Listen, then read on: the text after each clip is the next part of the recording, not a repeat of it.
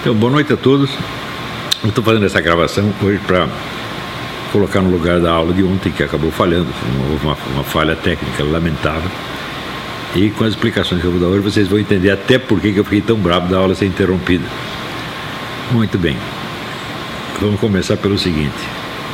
Quem quer que tenha estudado a mentalidade revolucionária, a história do movimento comunista e coisas similares, entende que para todo o pessoal envolvido nisso e toda a militância esquerdista de qualquer tipo, de qualquer naipe, só existe um problema no mundo. Eles acreditam que todos os males do mundo advêm do fato de que não são eles que estão no controle do processo. Então, adquirir o controle do processo é a prioridade e, pensando bem, a única. Porque o que será feito depois, por exemplo, como vamos construir o socialismo, isso aí muitos autores, muitos dos líderes e gurus esquerdistas nem dedicaram um único minuto a isso. Karl Marx, por exemplo, ele nunca disse como se iria montar o socialismo. Ou seja, o problema prioritário não é o socialismo. O problema prioritário é a conquista e manutenção do poder pelo grupo comunista, socialista, ou seja lá o que for. Isso é a mesma coisa no Partido Comunista Soviético, na Sociedade Fabiana, no Partido Democrata Americano, no PT e no movimento bolivariano. O problema é sempre o mesmo. Então, quando eles não sentem que estão no poder, o sentimento de inconformidade deles é uma coisa assim inconsolável. Então, por exemplo, quando o presidente João Goulart foi derrubado em 64, né, o sentimento de perda, de desastre, foi tão grande, como se eles pensassem assim: a pior coisa que pode acontecer para a humanidade é não estar sob as nossas ordens. Não há nada pior, não há inferno, não há guerra, não há miséria, não há doença, não há terremoto, nada é pior do que isto, estar sob as ordens de uma outra pessoa que não nós. Isto está tão profundamente arraigado na mente esquerdista que o número de meios que eles criaram para conquistar e manter o poder, a lista é quase interminável. E toda hora aparece um novo. Tá certo? E existe um no qual eu não prestei atenção no tempo devido, e que hoje é o grande risco. Nós estamos vivendo atualmente uma operação que pode anular completamente os efeitos de todas as derrotas que a esquerda teve nos últimos anos. Pode voltar tudo atrás, da maneira mais fácil e mais rápida, mediante uma nova estratégia. Eu sabia que a estratégia existia, mas não prestei muita atenção nela. E outro dia alguém me chamou a atenção para isso, e eu fui estudar o caso, e vi que a coisa é gravíssima. Então pensei o seguinte: no começo dos anos 90, entre os anos 80 e 90, eu bolei um esquema para neutralizar a hegemonia cultural e intelectual esquerdista. Bolei o esquema, coloquei em funcionamento e funcionou, deu certo. Só que levou 20 anos.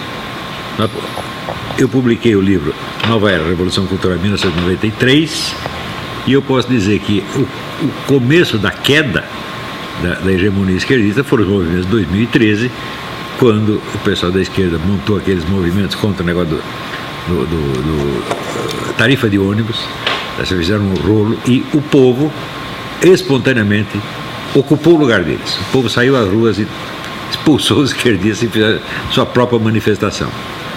Então, o processo levou 20 anos. Era mais ou menos o que eu calculava, eu esperava até mais tempo. Mas este novo esquema que está sendo adotado agora, ele é uma questão de meses. Ou seja, ele pode ser posto em movimento de uma maneira muito fácil, não requer mobilização de massa, não requer grandes organizações, é tudo feito através de 9 pessoas, os juízes da Suprema Corte. Este processo foi descoberto, entre os anos 50 e 60 nos Estados Unidos. Quer dizer, você tomar posse do país por meio do aparelho judiciário, e só, através da mais alta corte. Esse esquema não é fácil, foi desenvolvido ao longo de muito tempo por John Rawls e pelo Ronald Dworkin, e hoje nos Estados Unidos isso é uma realidade. Quer dizer, a Suprema Corte legisla à vontade, faz o que quiser. Eu observei isso mais nos Estados Unidos. Eu não me preocupei muito com o que estava acontecendo na Suprema Corte Brasileira. Me parecia apenas que os juízes estavam vendidos ao PT. Mas a coisa é muito pior. Quer dizer, o esquema de apropriação do país pela Suprema Corte já está em avançada fase de realização. E nós temos o quê? Alguns meses para reagir contra isso. Então, eu penso, bom, da outra vez eu tive 20 anos para agir, né? Agora nós não temos. E é por isso que eu fiquei tão bravo quando pifou a transmissão ontem. O senso de urgência que eu tenho disso é uma coisa absolutamente desesperadora. Também o fato é o seguinte, eu não tenho, vamos dizer, para me preparar para enfrentar esse negócio, eu não tenho o tempo que eu tive para fazer o outro esquema. Eu posso dizer, por exemplo, para a década de 80, 90, eu passei todo dia estudando isso, e quando soltei o livro Nova Era, Revolução Cultural, eu já sabia tudo que eu ia fazer, qual era o caminho a seguir, eu sabia mais ou menos tudo que ia dar. E eu acho que raramente houve um plano que desse tão certo assim. Foi simplesmente maravilhoso, reconfortante ver isso, né? A esquerda, até então, até o começo dos anos 90, ela tinha o controle monopolístico da cultura, da universidade, da mídia, da política partidária, porque não havia um partido de direita, e dos movimentos de rua. Ou seja, tinha o controle da sociedade inteira, e embaixo dela havia aquela maioria silenciosa que não tinha coragem de dar um pio. Nada. Ou seja, a opinião direitista, ela simplesmente não existia. Não é nem que ela foi excluída, ela já tinha desistido de existir. Tá certo? E eu percebi que o que permitia isso era a tremenda autoconfiança do pessoal da esquerda. Eles confiavam na sua honestidade, na sua capacidade, né? Confiavam que tinham razão. E, sobretudo, isso se baseava na confiança que tinham na autoridade intelectual de uma pleiade de escritores, filósofos, etc. Sobretudo estrangeiros, né?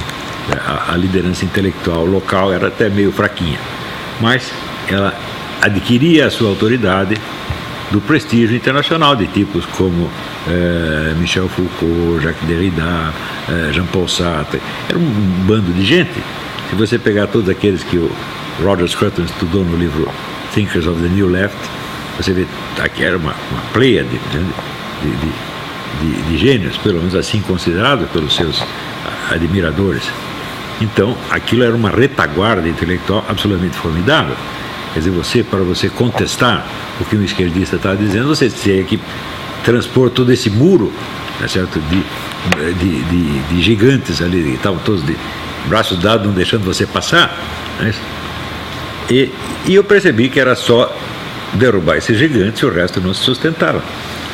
Então, a autoridade intelectual é sempre a base de qualquer poder que exista neste mundo ou no outro.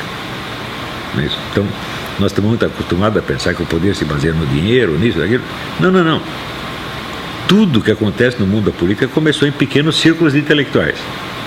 E quando aquilo chega ao público, tá certo? Você já tem todo um esquema montado, um esquema intelectual montado atrás, para tapar todos os buracos possíveis.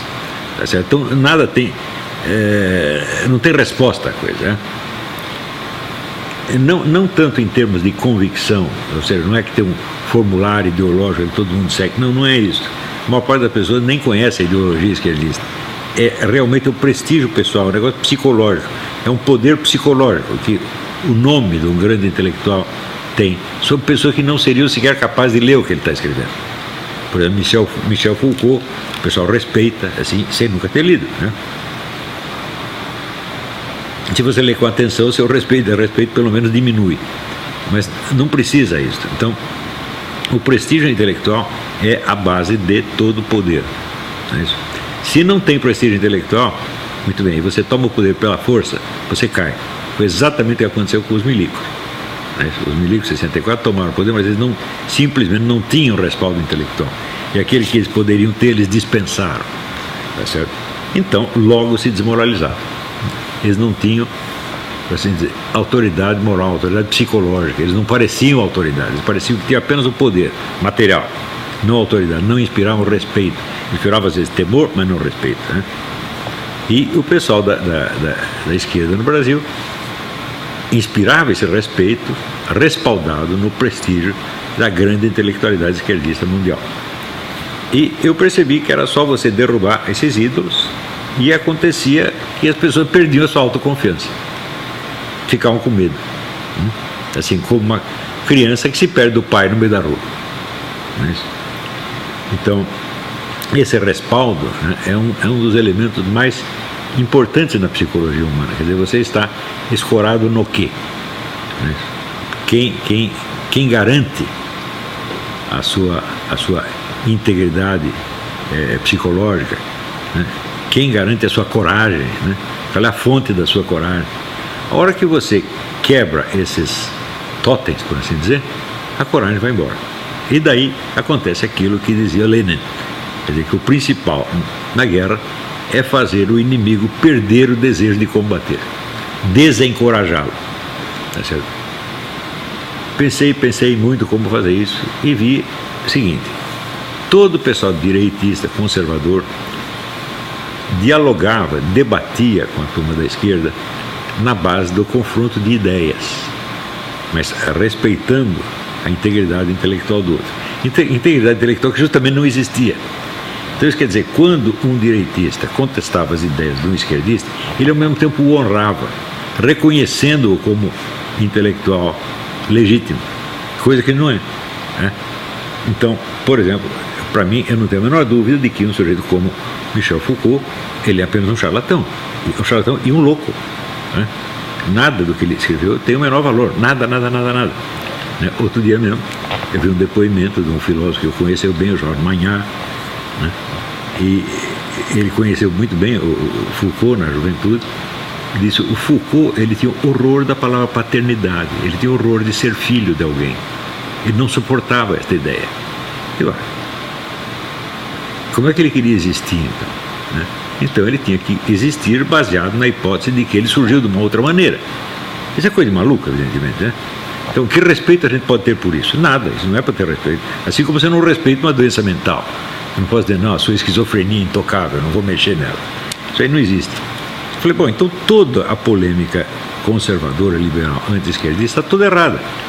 Porque você tem impugnar a validade da presença dessas pessoas no confronto intelectual. Falando, não, você não tem condições de você entrar num debate intelectual. Isso não se aplica a todos os esquerdistas. Tem alguns que, mesmo sendo vigaristas, como Georg Lukács, tem o seu elemento de vigarice, mas ele é um oponente legítimo, como acho que Antônio Negri é um oponente legítimo, tá certo?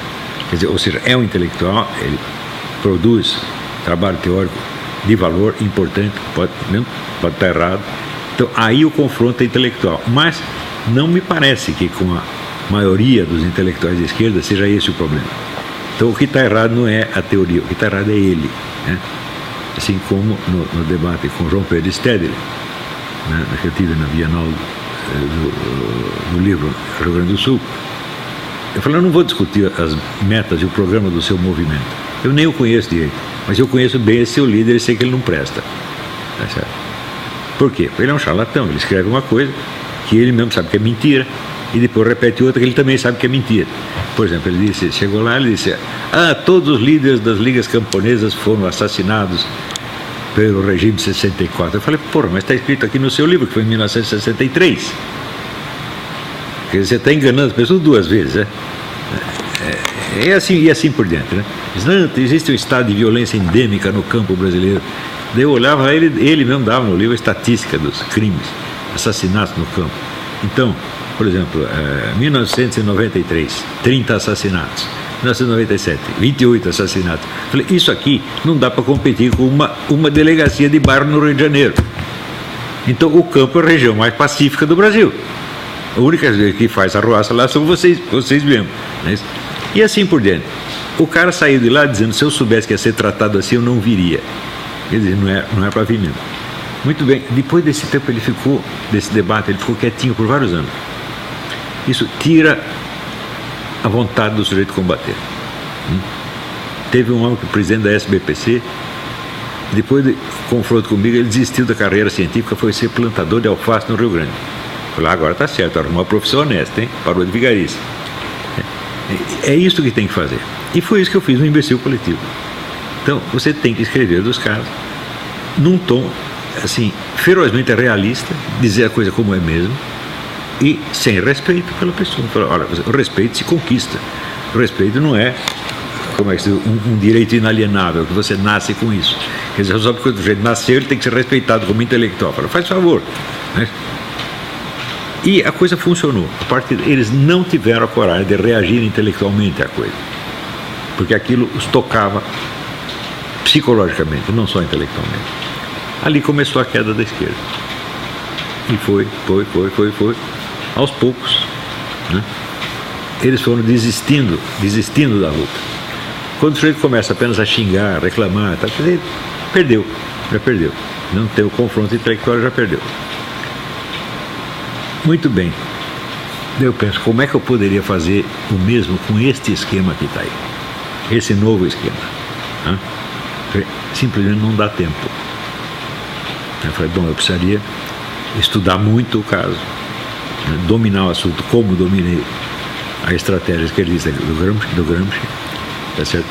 E daí fazer uma operação dessa, mas ia durar também 20 anos. E nós não temos os 20 anos. Então eu pensei, bom, nós vamos ter que fazer um negócio assim acelerado. E tem que ir direto no ponto. Qual é o ponto? Pensei. É a doutrina do Ronald Dworkin. É a concepção de justiça do Ronald Dworkin está por trás de toda esta imensa cara de pau, dessa desfaçatez dos nossos juízes, que não só legislam, como legislam em causa própria. O juiz não pode legislar, está lá para aplicar a lei, não para inventá-la, tá certo? Eles inventam tudo e fazem isso em benefício próprio, em benefício do seu partido.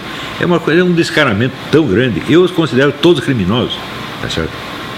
E eu acho que o certo seria tirá-los de lá a pontapé, quer dizer, o povo invadir e tirar os caras na tapa, você sai daqui. Isso seria o certo. Mas como não vai fazer isso, e eu não tenho pessoalmente os meios de fazer, então eu falo, bom, eu vou ter que ir pela mesma estratégia do combate intelectual, como eu fiz no outro caso. E, felizmente, é possível encontrar um núcleo da convicção que sustenta essas pessoas. E essa convicção é a teoria do Ronald Dworkin a respeito da função da justiça. E é isso mesmo que eu vou tentar explicar hoje e mostrar para vocês o seguinte: nós podemos tirar toda a autoconfiança desses 9 juízes, mostrando a eles que o guru deles não é de nada. O seu guru é um coitado. Ele não sabe do que está falando. E ao admirá-lo e segui-lo, você mostra que você é um incapaz. Quer dizer, você não é capaz de sequer de escolher um professor que vale a pena. Certo? Então, o desprezo que eu sinto pelo Ronald Dworkin assim, é ilimitado. Principalmente porque ele é um cara que despreza todo mundo. Eu botei até no Facebook 2 fotos dele mostrando aquele ar de desprezo que ele tem pelas pessoas. Eu falei, mas quem é você para desprezar assim? Você mesmo é desprezível, você não é de nada, pô. Né? Você vê que o próprio Roger Scruton, quando discute com ele, diz, não, reconhecemos o talento, etc. Talento coisa nenhuma. A minha conclusão é a seguinte: a única coisa que o Ronald Dworkin tem, ele tem um domínio do vocabulário do pessoal radical chique da costa leste americana. Ele fala para o coração dessas pessoas porque ele é um deles. Ele é da turma. Ele sente como eles. Então é claro que ele tem audiência nesse meio. Mas ele não tem mais nada além disso. Ele às vezes dá um ar de estar expondo uma teoria científica, quando na verdade ele está apenas repetindo lugares comuns da conversa dessa gente. E eu vou dar alguns exemplos. Eu, assim, de propósito, em vez de pegar os livros dele sobre teoria jurídica, eu peguei o último livro dele, que se chama Religião Sem Deus. É claro que não precisa ser muito esperto, assim, que, em geral, as concepções que nós temos do ser humano derivam das concepções que nós temos a respeito de Deus. Não é isso? E ele não é uma exceção. Eu vou ter que ler alguns pedaços aqui para vocês entenderem, né, onde é que ele quer chegar e onde é que eu quero chegar. Então ele diz, peraí, eu tenho que trocar de óculos e acender isso aqui.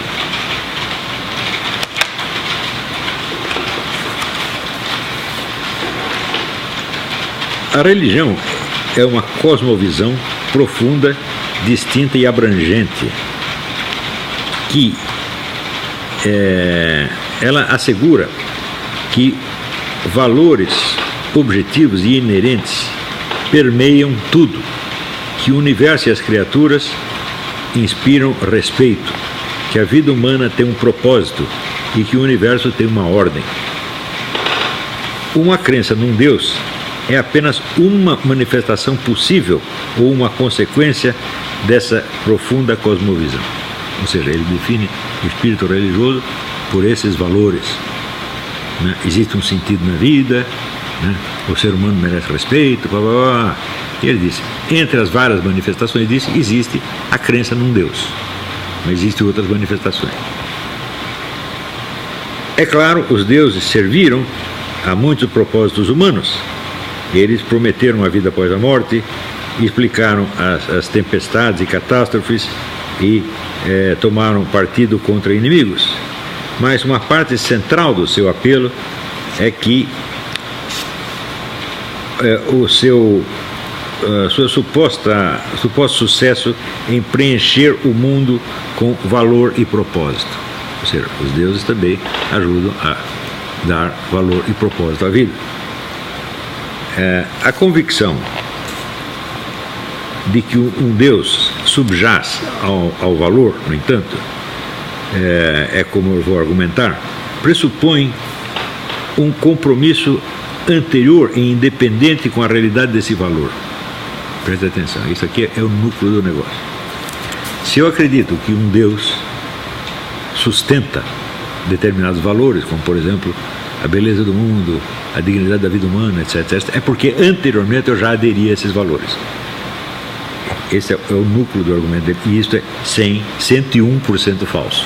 Eu vou demonstrar daqui a pouco. Né?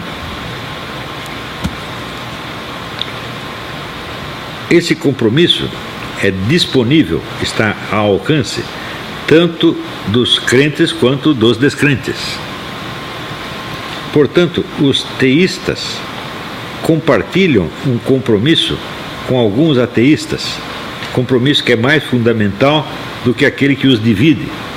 Ou seja, o teísta acredita em Deus, o ateísta não, mas eles compartilham valores que são mais profundos do que a diferença que separa de crer ou não crer em Deus.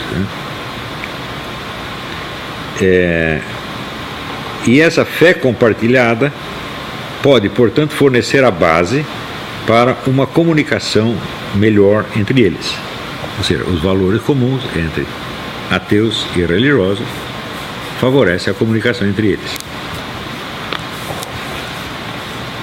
A divisão rígida entre o povo da religião e sem religião é demasiado crua, tosca. Muitos milhões de pessoas que se contam como ateístas têm convicções e experiências similares e tão profundas quanto aquelas que têm os crentes ou pessoas que se contam como religiosas. Essas pessoas que compartilham esses valores com os religiosos sem ser religiosos pensam que elas não acreditam num Deus pessoal, mas não obstante acreditam numa força, aspas, maior que nós.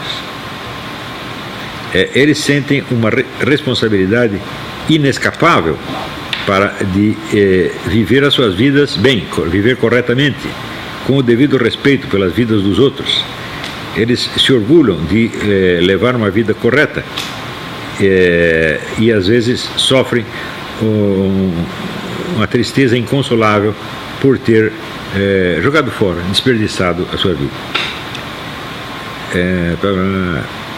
Ele dá como exemplo, então, um trecho do Albert Einstein, né? Que diz: saber que aquilo que é impenetrável a nós realmente existe, manifestando-se na mais alta sabedoria e na beleza mais radiante que as nossas sonsas faculdades podem abranger, somente nas suas mais formas primitivas. Esse conhecimento, esse sentimento está no centro da verdadeira religiosidade.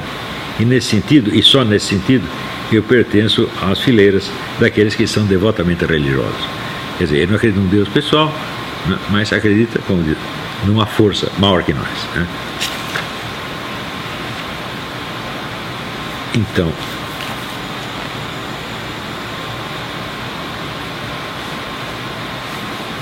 ele, como exemplo de que existe uma religiosidade ateística tão respeitável quanto qualquer outra religião, ele dá um exemplo da Suprema Corte. Ele diz que existe, na época de guerra, existe um negócio chamado de objeção de consciência. Quer dizer, o indivíduo, por exemplo, os Quakers não podem fazer guerra. Então, se ele é convocado para ir na guerra, ele faz uma coisa que se chama objeção de consciência.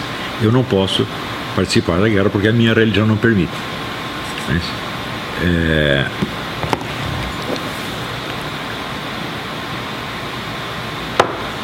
e a Suprema Corte decidiu, uns anos atrás, que o mesmo tipo de objeção vale para o ateísta.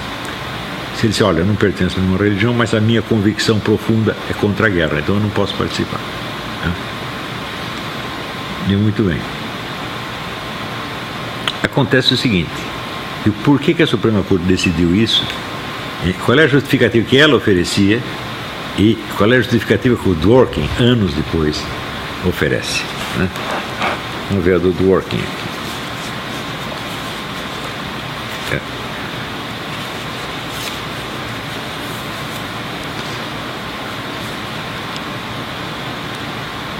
Não argumento que não existe um Deus pessoal que fez os céus e ama as criaturas. Eu afirmo ontem apenas que a existência desse Deus não pode em si mesmo fazer nenhuma diferença com relação à verdade de quaisquer outros valores religiosos. Ou seja, Deus existir ou não existir é indiferente, vamos dizer, aos valores religiosos, os quais podem ser os mesmos no ateu e no crente. Então, é assim que ele justifica a sentença da Suprema Corte. Mas foi isso que a Suprema Corte disse? Que não faz diferença? Não. Ela apenas achou que ela não tinha o direito de interferir na consciência individual. Ou seja, ela agiu por prudência e por abstenção, não por esta afirmação aqui. Essa afirmação positiva, ela dá um salto imenso, né? Não faz diferença você ter a religião ou não ter, do ponto de vista dos valores. Então, os valores que você compartilha estão acima da religião. Ora, que valores são esses? São os valores da sociedade laica, né? Então, esses valores já estão acima da religião. Então, note bem, a liberdade religiosa nos Estados Unidos começou quando o parlamento decidiu que não ia legislar sobre isto. Então não há lei sobre a liberdade religiosa. Nós não temos autoridade para nos meter nisso. Do mesmo modo, a liberdade de imprensa. Este Congresso não legislará sobre a liberdade de imprensa. O Dworkin vira o negócio de cabeça para baixo, né? Diz, nós não faz diferença a sua religião porque nós estamos acima, né? Então é o mecanismo que eu, sob outros aspectos, eu estudei no Jardim das Aflições. Como é que o laicismo se torna, ele começa como uma abstinência, uma questão de prudência, e se torna em seguida um novo dogma, tá certo? Muito mais exigente, abrangente e tirânico do que qualquer dogma anterior, que é exatamente o que ele está fazendo aqui. Só que daí ele tira mais conclusões ainda, né? O que ele está dizendo é o seguinte: o fato de a Suprema Corte ter reconhecido o valor da religiosidade ateística tem valor cognitivo, né? Ela afirma que há valores ateísticos iguais ou superiores aos da religião. Mas ela nunca disse isso. Ela disse apenas que não ia forçar o sujeito, o ateu, a ir para a guerra, caso ele dissesse que isso contraria os seus valores. Ela não precisa saber que valores são esses. Ela não está proclamando a validade de entrar no terreno da consciência individual. O que fez está muito certo. Não é isso?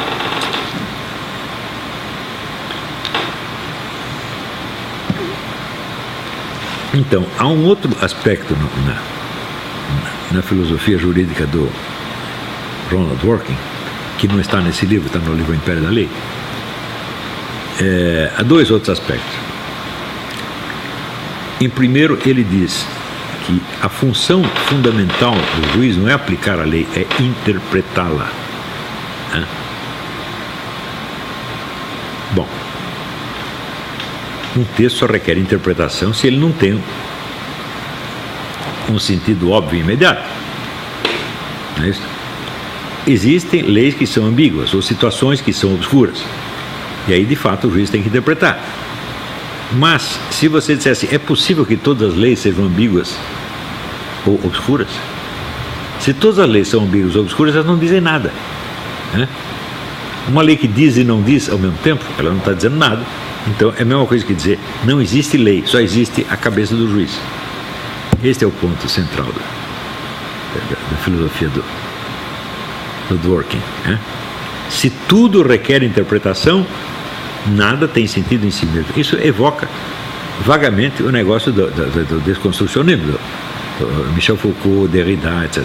O texto não tem sentido fora do texto. O texto não indica nada fora do texto.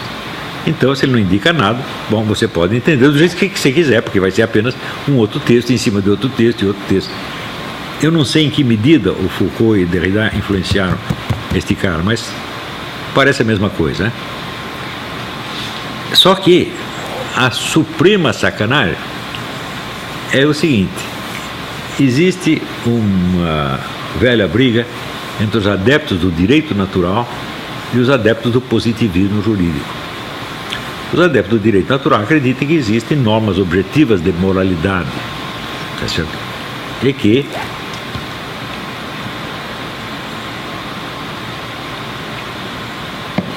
o juiz deve interpretar as leis de acordo com essa moralidade estabelecida. Não é isso? Ela não pode, vamos dizer, aplicar mecanicamente, né, uma lei que viole a consciência das pessoas, tá certo? Mas para o positivista jurídico só existe aquilo que está na lei escrita, tá certo? E o Dworkin toma partido da lei natural, do direito natural.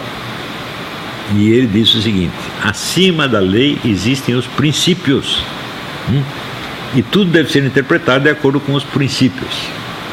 Mas que princípios são esses? Para ele são os princípios da sociedade democrática laica moderna. Então, é o politicamente correto, é o abortismo, é o feminismo, etc, etc, etc. Né? Isso não está nas leis, nada disso é lei, mas são os princípios eternos e sagrados. Então, qual é o princípio eterno e sagrado? O juiz faz o que quiser, né? E incumbe a ele, como outro dia um juiz brasileiro disse que incumbe a Suprema Corte decidir todas as questões jurídicas, políticas, econômicas, sociais e morais. Então eles demitiram Deus e tem 9 deuses lá, eles decidem tudo. É isto que está sendo aplicado no Brasil. E é por isso que é importante analisar o Dworkin, porque o Dworkin é o sacerdote desse culto. Ele é o fundador e sacerdote desse culto, que é o culto deles mesmos, se você pensar, né? Quer dizer, o juiz é o intérprete de tudo, é o analista de tudo, e como disse um deles, acho que o Barroso disse, acima de nós não há nada. Ele não disse nem que existe Deus. Quer dizer, os reis diziam, acima de mim só Deus. Mas pelo menos tem alguma coisa lá em cima. Mas o juiz não tem nada, não tem nem Deus para limitá-los, pô, né? Então eles são deuses. Ora, aqui nos Estados Unidos já houve vários livros sobre isso. Tem o livro do juiz napolitano que chama Homens de Preto, uma coisa assim. Eles estão denunciando esta usurpação judicial faz anos, tá certo? Mas mesmo aqui essa usurpação judicial é muito mais complexa. O sistema judicial americano é muito mais complexo. Então os abusos deles são frequentemente um juiz limita os abusos dos outros, coisa mais complicada. Mas no Brasil então está fácil. O STF pode tudo, ele pode fazer o que quiser, e ele já está fazendo. Então, nos próximos dias ou meses, ele vai aprovar o aborto, contra as leis e contra a opinião do povo brasileiro. O povo brasileiro já se manifestou maciçamente contra a liberação do aborto, mas daí vem os 9 velhinhos e autorizam, e daí está acabado. Ou seja, esses 9 podem não apenas mais do que o poder legislativo e o poder executivo, podem mais do que o povo. A opinião deles pesa mais do que a opinião do povo inteiro. Acho que o Barroso disse até isso. Falou, não interessa se o povo quer isso ou aquilo. Tá certo? Nós, uma vez que somos empossados no cargo, nós não devemos satisfações a ninguém. O que é isso aí? Ronald Dworkin. Porque nós aqui representamos não a lei, representamos os princípios que estão acima da lei. E os princípios são exatamente esses nos quais o Dworkin acredita. Então, inventaram um jeito de tomar o poder por um esquema muito mais simples do que o do Antônio Gramsci, porque toma através do sistema judiciário. Então, eu não sei se vocês entenderam essa explicação, mas o principal é mostrar a esses camaradas o seguinte: essa segurança que vocês têm está toda baseada no Dworkin, e o Dworkin é um coitado. Por exemplo, ele fala de religião e ele confunde, essa é a confusão mais, fala como Aristóteles, confunde a ordem do ser com a ordem do conhecer. Então, ele confunde o que as pessoas pensam de Deus, o que elas dizem de Deus, o que elas creem de Deus, com aquilo que Deus é realmente. Agora, se existe uma religião, é porque ela se reporta a um Deus que não se limita a ser objeto de crença. Deus faz alguma coisa, Deus age. Se ele não age, então acreditar nele é uma bobagem. Não é isso? Então, um Deus cuja modalidade de existência consiste em ser crido, existe isso? Não, isso é absolutamente impensável. Não é isso? Quer dizer, Deus não é só objeto de crença, ele é um sujeito ativo. Ou então, não dá para acreditar nele. Isso quer dizer, todo mundo que acredita em Deus, acredita num Deus que age, que não é só objeto de crença. Essa distinção elementar escapa totalmente a este sujeito, que é uma coisa assim que um estudante principiante tem que entender isso aí. Não é isso? Então, por exemplo, você acredita que Moisés subiu no Monte Sinai e falou com Deus? E acredita. E Deus não falou nada? É só você que acredita? Ou você acredita também que o próprio Deus falou, foi só Moisés que falou? Então está faltando a noção, quer dizer, de Deus como agente. Você pode até não acreditar que Deus exista, e portanto não acredita que ele seja um agente, mas você tem que compreender que é inerente ao conceito de religião o fato de Deus ser um agente. Então você não pode fazer abstração disso e reduzir Deus a um objeto de crença, porque até como objeto de crença, ele é objeto de crença enquanto agente, e não apenas como objeto. Não é isso? Então, por exemplo, eu acredito que 2 mais 2 é 4. Mas 2 mais 2 é 4 não é um sujeito agente. É apenas uma relação numérica. Ela não age por si. Tá certo? Então, você acreditar em Deus assim não é acreditar em Deus. Segundo lugar, as pessoas que dizem, eu não acredito num Deus pessoal, mas acredito numa força. Ora, o Deus do Islã não é um Deus pessoal. Ele é um Deus abstrato, universal. Tanto que Allah não quer dizer Deus, quer dizer a divindade. Al, artigo, lá. Então, o Deus pessoal não existe para eles. Existe apenas a divindade abstrata, que não se manifesta na Terra. Ele é absolutamente inacessível. Então, essa força, então, não há diferença entre Albert Einstein e um muçulmano. Como é que você não leva isso em conta? Você não leva em conta porque você não sabe. Outra coisa, existe a religião sem Deus? Existe, o budismo é uma religião sem Deus. E é uma religião com os seus ritos, as suas obrigações, etc, etc. Não é uma coisa informal como a suposta religião ateística, que é apenas subjetiva. Então, como é que fica o caso? Quer dizer, um estudo sério disso tem que levar essas diferenças em conta. Em terceiro lugar, esses valores que você diz que são idênticos entre os crentes e os descrentes, isso de fato existe. mas existe agora na sociedade em que você está e no meio que você frequenta. Isso sempre existiu? Não. 90% desses valores foram criados pelo cristianismo, né? Implantados pelo cristianismo. E é claro, depois que o cristianismo recua, eles continuam existindo porque se incorporaram na cultura. Mas eu vou lhe dar um exemplo. Em Roma, se um casal tem uma criança, o pai não queria a criança, ele podia matá-la. O filho é considerado propriedade do pai, o pai faz o que quiser, joga o cara na lata de lixo. Isto aí, entre os índios do Xingu é assim. Você não quer a criança, você tem o direito de enterrá-la viva. Isto é o respeito pela vida humana. E você está falando que o respeito pela vida humana é normal nas pessoas, todo mundo tem. E porque tem, ele tem valores em comum com a religião? Ou foi a religião que ensinou isso a duras penas? Para a escravidão, você não deve escravizar os outros. Quem foi que ensinou isso aí?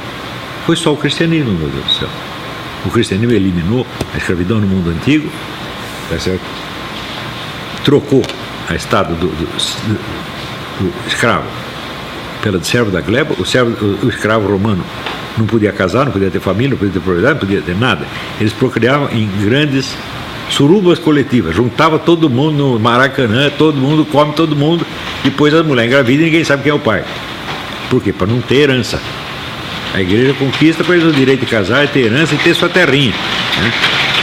Depois, mais tarde, 700, 800 anos mais tarde, com o advento das monarquias nacionais, né, que já eram concorrentes e não fiéis da igreja, se reintroduz a escravidão com o tráfico africano, né? Mas é outra coisa. E assim por diante. Quem inventou os hospitais? Quem inventou as maternidades? Quem inventou a alfabetização universal? Tudo o que hoje a gente respeita e acredita que são direitos humanos, tudo foi a igreja, meu Deus do céu. Isso não apareceu assim. Todo mundo quando nasceu era um humanista da costa leste. Isso é coisa de gente muito inculta, mas muito, né? Ou seja, o cara não estudou nada do assunto que está falando, nada. Isso é um palpiteiro, é um bocó de mola. Ele é um Rodrigo Constantino, meu Deus do céu. E é isto que vocês estão seguindo. Juiz da Suprema Corte, homens de 60, 70 anos, estão acreditando nessa porcaria, né? Vocês não têm vergonha, não? Vocês estão mostrando a sua inepta. O que vocês têm? Só tem pose. Você olha o Barroso falando, é a mesma pose desse cara aqui. Mas é só pose, vocês estão vazios, vocês, né, encostam uma agulha, vocês explodem que nem uma bolha de sabão.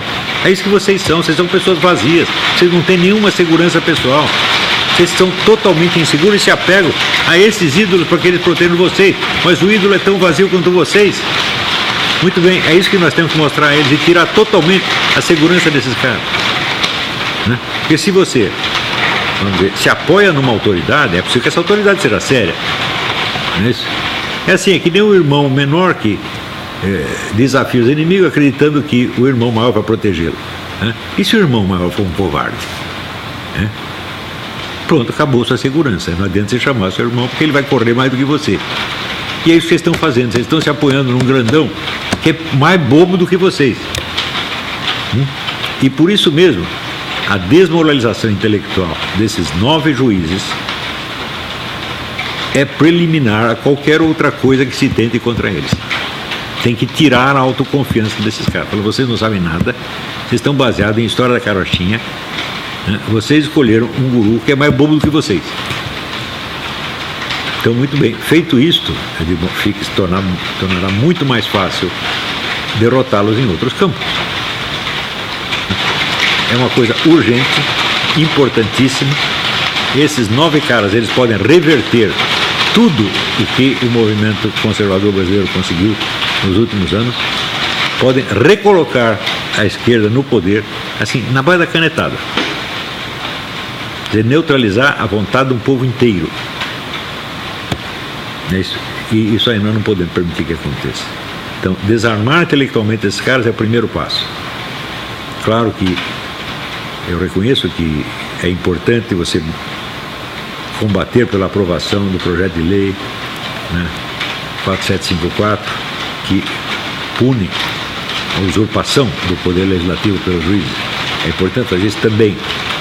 Mas, mais importante do que isso, é você desarmar o adversário antes de você atacá-lo.